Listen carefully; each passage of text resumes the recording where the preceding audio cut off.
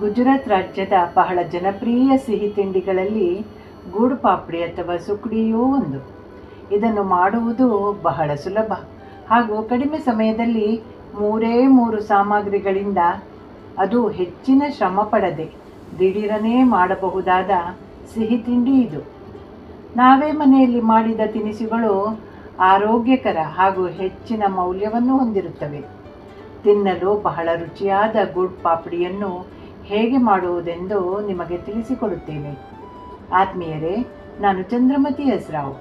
ಎಲ್ಲರಿಗೂ ನನ್ನ ವಂದನೆಗಳು. ಈಗ ಈ ಸಿಹಿಯನ್ನು ಮಾಡಲು ಬೇಕಾಗಿರುವ ಸಾಮಗ್ರಿಗಳೆಂದರೆ ಗೋಧಿ ಹಿಟ್ಟು, ಅಂಟು ಬೆಲ್ಲ ಮತ್ತು ತುಪ್ಪ.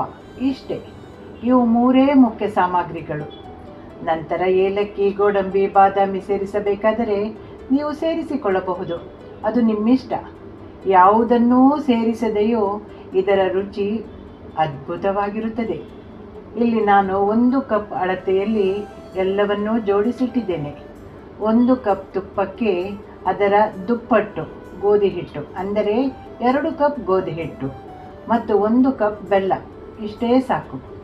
ಸಿಹಿ ಸ್ವಲ್ಪ ಕಡಿಮೆ ಇಷ್ಟಪಡುವವರು ಅದರಲ್ಲಿ ಬೆಲ್ಲವನ್ನು ಸ್ವಲ್ಪ ಕಡಿಮೆ ಮಾಡಬಹುದು. ಸಾಮಾನ್ಯವಾಗಿ ಇದು ಸರಿಯಾದ ಸಿಹಿಯ ಅಳತೆ. ಆದರೆ ಕೆಲವರು ಕಡಿಮೆ ಸಿಹಿಯನ್ನು ಅಪೇಕ್ಷೆ ಪಡುವವರು ಅದರಿಂದ ಸ್ವಲ್ಪ ಬೆಲ್ಲವನ್ನು ತೆಗೆದಿಡಬಹುದು. ಬರ್ಫಿಯನ್ನು ಮಾಡಲು ಒಂದು ತಟ್ಟೆಗೆ ತುಪ್ಪ ಹಚ್ಚಿ ಇಡಬೇಕು. ಹಾಗೆ ಬೆಲ್ಲವನ್ನು ತೆಳ್ಳಗೆ ತುರಿದಿಡಬೇಕು.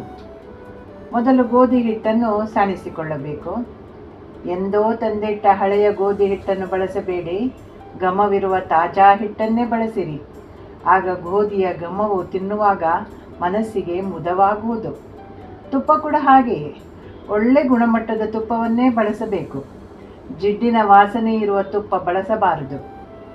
ಅಂಟು ಬೆಲ್ಲ ಅಥವಾ ಬಾಲ್ದಿ ಬೆಲ್ಲ ಇಲ್ಲವೇ ಉಂಡೆ ಬೆಲ್ಲ ಎಂದು ಹೇಳಿದರೆ ಅಂಗಡಿಯವರು ಕೊಡುತ್ತಾರೆ. ಉಳಿದ ಬೆಲ್ಲಕ್ಕಿಂತ ಅಂಟು ಬೆಲ್ಲ ಸ್ವಚ್ಛವಾಗಿರುತ್ತದೆ, ನೋಡಲು ಬಂಗಾರದ ಬಣ್ಣದಲ್ಲಿರುತ್ತದೆ. ಈಗ ದಪ್ಪ ತಳದ ಬಾಣಲೆಗೆ ತುಪ್ಪವನ್ನು ಹಾಕಿ ಬಿಸಿ ಮಾಡಲು ಇಡೋಣ. ತುಪ್ಪ ಸರಿಯಾಗಿ ಬಿಸಿಯಾದಾಗ ಮಾತ್ರ ಹಿಟ್ಟನ್ನು ಸೇರಿಸಿದರೆ ಹಿಟ್ಟು ಬೇಗನೆ ಹುರಿಯಲು ಸಹಾಯವಾಗುವುದು. ಬಿಸಿ ತುಪ್ಪದ ಕಾವಿನಲ್ಲೇ ಹಿಟ್ಟು ಹುರಿದರೆ ಅದು ಪರಿಮಳ. ಈಗ ಬಿಸಿಯಾದ ತುಪ್ಪಕ್ಕೆ ಸಾಣಿಸಿಟ್ಟ ಹಿಟ್ಟು ಹಾಕಿ ಚಂದ ಮಾಡಿ ಹುರಿಯೋಣ. ಇದನ್ನು ಸಣ್ಣ ಉರಿಯಲ್ಲೇ ಹುರಿಯಬೇಕು. ತಪ್ಪಿ ಕೂಡ ಉರಿಯನ್ನು ದೊಡ್ಡದು ಮಾಡಿ ಹುರಿಯಬಾರದು. ಯಾಕೆಂದರೆ ಇಲ್ಲಿ ಗೋಧಿ ಹಿಟ್ಟು ಬೇಗನೆ ತಳ ಹಿಡಿಯುವುದು. ತುಪ್ಪದ ಜೊತೆ ಸೇರಿ ಇದು ಮೆಲ್ಲನೆ ಬಣ್ಣ ಬದಲಾಯಿಸುತ್ತದೆ. ಇದಕ್ಕೆ 15ರಿಂದ 20 ನಿಮಿಷ ತಗಲುತ್ತದೆ. ತಾಳ್ಮೆಯಿಂದ ಕೈ ಬಿಡದೆ ಮಗುಚಿ ಹುರಿಯಬೇಕು. ಇದೇ ಒಂದು ಸ್ವಲ್ಪ ಸಮಯ ತೆಗೆದುಕೊಳ್ಳುವ ಹುರಿಯುವ ಕ್ರಮ. ಗೋಧಿ ಹಿಟ್ಟಿನ ಬಣ್ಣ ಬಿಸ್ಕತ್ತು ಬಣ್ಣಕ್ಕೆ ತಿರುಗಬೇಕು. ಅಂದರೆ ನಸು ಕಂದು ಬಣ್ಣ ಬರಬೇಕು. ತುಂಬ ಗಾಢ ಕಂದು ಬೇಡ, ರುಚಿ ವ್ಯತ್ಯಾಸವಾಗುತ್ತದೆ.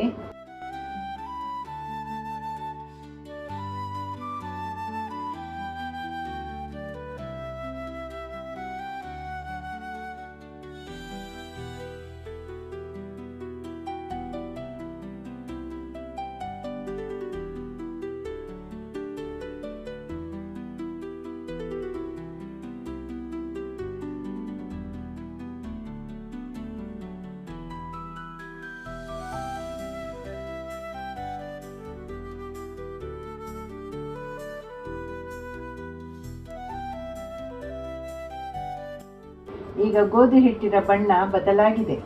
ತುಪ್ಪದ ಘಮ ಬರ್ತಾ ಇದೆ. ಈಗ ಇದನ್ನು ಒಲೆಯಿಂದ ಕೆಳಗಿಳಿಸೋಣ. ಈಗ 1 ನಿಮಿಷ ಒಲೆಯಿಂದ ಕೆಳಗಿಟ್ಟ ಮೇಲೆಯೂ ಕೈಯಾಡಿಸುತ್ತಿರಬೇಕು. ಪಾತ್ರೆಯ ಬಿಸಿಗೆ ಹಿಟ್ಟು ತಳ ಹಿಡಿಯಬಾರದು. ಈಗ ತುರಿದಿಟ್ಟ ಬೆಲ್ಲವನ್ನು ಕೂಡ ಇದಕ್ಕೆ ಬಿಸಿಯಾಗಿರುವಾಗಲೇ ಸೇರಿಸಬೇಕು. ಈಗ ಇದು ಒಲೆಯ ಮೇಲಿಲ್ಲ. ಬೆಲ್ಲ ಸೇರಿಸಿ ಕೈ ಆಡಿಸುತ್ತಿರುವಂತೆಯೇ ತುರಿದ ಬೆಲ್ಲ ಸುಲಭವಾಗಿ ಬಿಸಿ ತುಪ್ಪದಲ್ಲಿ ಕರಗಿ ಮುದ್ದೆಯಾಗಲು ಶುರುವಾಗುತ್ತದೆ.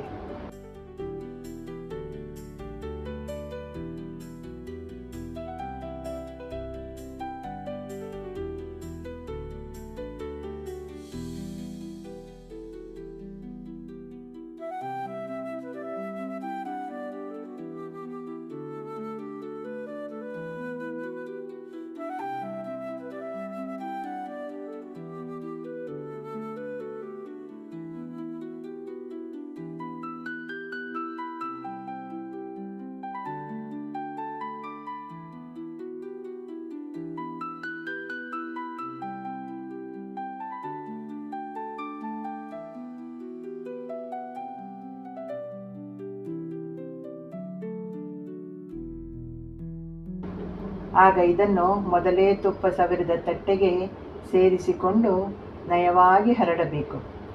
ಒಂದು ಸಮತಳದ ಲೋಟಕ್ಕೆ ತುಪ್ಪ ಹಚ್ಚಿ ಅದರಿಂದ ಸಮತಲ ಮಾಡಬಹುದು, ಇಲ್ಲವೇ ದೋಸೆ ತೆಗೆಯುವ ಮಗಚು ಕೈಯಿಂದಲೂ ಸಮ ಮಾಡಬಹುದು.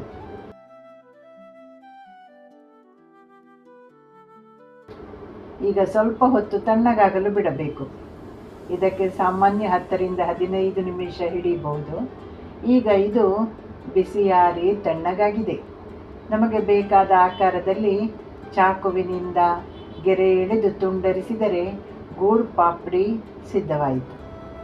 ನಿಮಗೆ ಬೇಕಾದ ಆಕಾರದಲ್ಲಿ ಸಣ್ಣದು ಬೇಕಾದರೆ ಸಣ್ಣದು, ದೊಡ್ಡದು ಬೇಕಾದರೆ ದೊಡ್ಡದು, ಚೌಕಾಕಾರ ಬೇಕಾದರೆ ಚೌಕ, ಅಥವಾ ನಿಮಗೆ ಯಾವುದು ಇಷ್ಟ ಹಾಗೆ ಇದನ್ನು ನೀವು ಗೆರೆ ಎಳೆದು ಮಾಡಬಹುದು.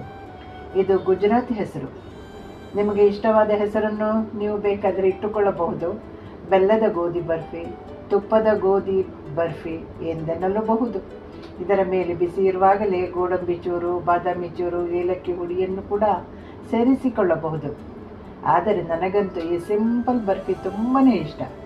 ನಾವು ಪ್ರವಾಸಕ್ಕೆ ಹೋಗುವಾಗ ಯಾವಾಗಲೂ ಈ ಗೂಡ್ ಪಾಪಡಿಯನ್ನು ಮಾಡಿ ಹಿಡಿಯುವುದುಂಟು. ಗೋಧಿ ಆರೋಗ್ಯಕರ, ಬೆಲ್ಲ ಕಬ್ಬಿಣಾಂಶ, ತುಪ್ಪ ಉತ್ತಮ ಕೊಲೆಸ್ಟ್ರಾಲ್. ಹಿತಮಿತವಾಗಿ ತಿಂದರೆ ಎಲ್ಲವೂ ಆರೋಗ್ಯಕರ. ಆತ್ಮೀಯರೇ, ಈ ವಿಡಿಯೋ ನಿಮಗೆ ಹೇಗನ್ನಿಸಿತು? ಒಮ್ಮೆ ಹಬ್ಬಕ್ಕೆ ಅಥವಾ ನೆಂಟರು ಬರುವಾಗ ಇದನ್ನು ಮಾಡಿ ನೋಡಿ. ಮತ್ತು ನಿಮಗೆ ಹೇಗನ್ನಿಸಿತು ಎಂದು ಕಮೆಂಟ್ ಮಾಡಲು ಮರೆಯಬೇಡಿ. ಒಳ್ಳೆಯದೆಂದೆನಿಸಿದರೆ ಇದನ್ನು ಇತರರಿಗೂ ಮಾಡಲು ಅನುಕೂಲವಾಗುವಂತೆ ಶೇರ್ ಮಾಡಿರಿ. ಲೈಕ್ ಮಾಡುವಿರಲ್ಲ. ಎಲ್ಲರಿಗೂ ಶುಭವಾಗಲಿ. ಧನ್ಯವಾದಗಳು.